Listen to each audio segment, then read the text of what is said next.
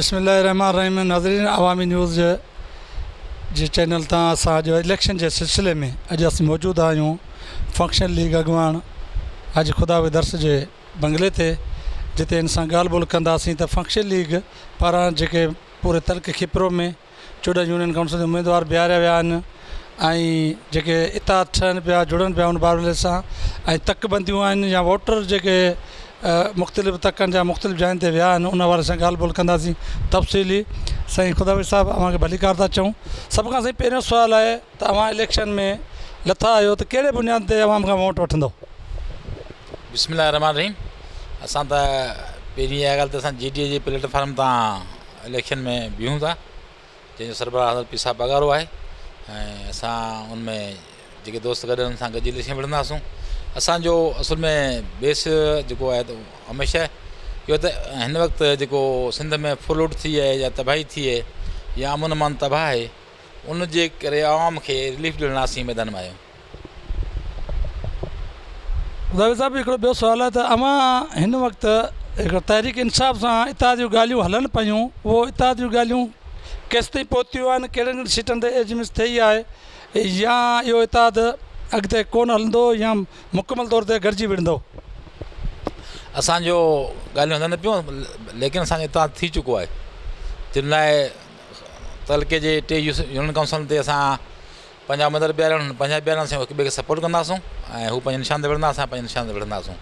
उन खां अलावा जेके शहर में वार्डनि अथनि, हिन वक़्तु असां पंहिंजा उमेदवार बीहारिया आहिनि, हुननि पंहिंजा उमेदवार बीहारिया आहिनि, लेकिन अॻिते असांजी कमेटी मुक़ररु थियल आहे, उहो पाण में वेही फ़ैसिला कंदी। काज़ी साहिबु आहे ऐं या काज़ी साहिब जे सां वेही जॾहिं PTI वारा दोस्त ईंदा त असां वार्डनि जो फ़ैसिलो मुतफ़िक़ा करे वठंदासीं, गॾिजी इलेक्शन विढ़ंदासीं ऐं मुतफ़िक़ आहियूं असां इताद थियल आहे। साईं, हिकिड़ो सुवालु इहो त जेके वोटर लिस्टूं हींअर ज़ाहिर थियूं आहिनि, उन्हनि में वोटर लिस्टनि में ॿाहिरि जा वोट या ॿाहिरि वार्डनि जा वोट तक़रीबन वॾे तइदाद में या गड़बड़ आहे। पीउ जो वोट हिकिड़े पासे आहे त ज़ाल जो वोट ॿिए पासे आहे, पुट जो टे पासे आहे। इन हवाले सां अव्हांखे का ॼाण आहे या इन हवाले सां अव्हां कहिड़ियूं कोशिशूं कयूं आहिनि दुरुस्ती जे हवाले सां बतौर फंक्शन लीग जेके कोशिशूं कहिड़ियूं कयूं आहिनि? उहो जेके हिन वक़्तु वाक़ई इहो सिर्फ़ु शहर न आहे, असांजे थर में रिज़ल्ट में काफ़ी अहिड़ियूं शयूं थियूं आहिनि।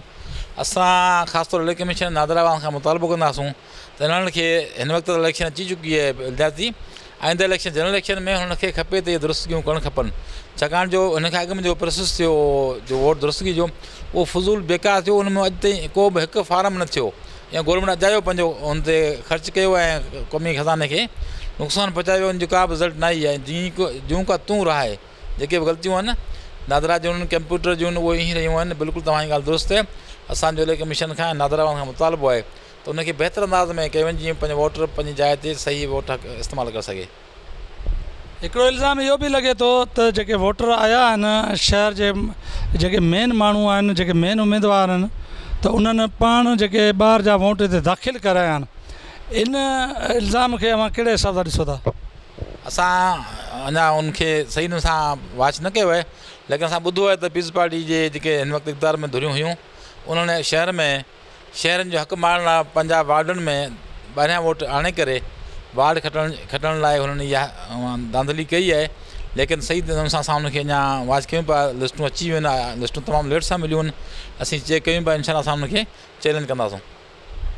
अॻे इलेक्शन बलदियाती में तव्हांजो जेके 7 यूनियन काउंसिलनि ते अव्हांखे अक्सर सां खटियो हो, हिन वक़्तु दावा त हर को करे थो, पर जेका अव्हांखे वधीक ॼाण हूंदी त अव्हां जूं अक्सरियत वारियूं यूसूं घणियूं आहिनि ऐं मुक़ाबिलो कहिड़े यूसुनि ते आहे ऐं पीपल्स पार्टी खे कहिड़ियूं यूसूं मिलण जो इम्कानु आहे? असांजूं दुरुस्तगी कयूं त अॻे दफ़े असां 8 यूनियन काउंसिलूं खटियूं, 7 पीपल्स पार्टी खटियूं। हिन वक़्तु अलहमदिल्ला असांजूं 7 यूनियन काउंसिलूं बिल्कुलु असांजी यकीनी फतेह आहे। उन खां सवाइ असां 4 यूनियन काउंसिल ते 1-to-1 मुक़ाबले में आहियूं। साईं, अवाम जे लाइ पुरमन माहौल में इलेक्शन थियनि, जीअं पाण हिकिड़े शहर जा आहियूं, उन जे लाइ अवां पंहिंजे पार्टी जे वर्करनि वोटरनि खे कहिड़ी अपील कंदो, कहिड़ो पैगाम ॾींदो? भला आख़िर में असांखे हमेशह असांजे मुर्शिद रहबर ऐं GDA अॻवान पीर पगार जो हुकुम आहे त कानून जे हद में रही करे पंहिंजा वोट करियो ऐं जिथे पंहिंजो वोट दाख़िल आहे शनाख़ती कार्ड समेत वञो।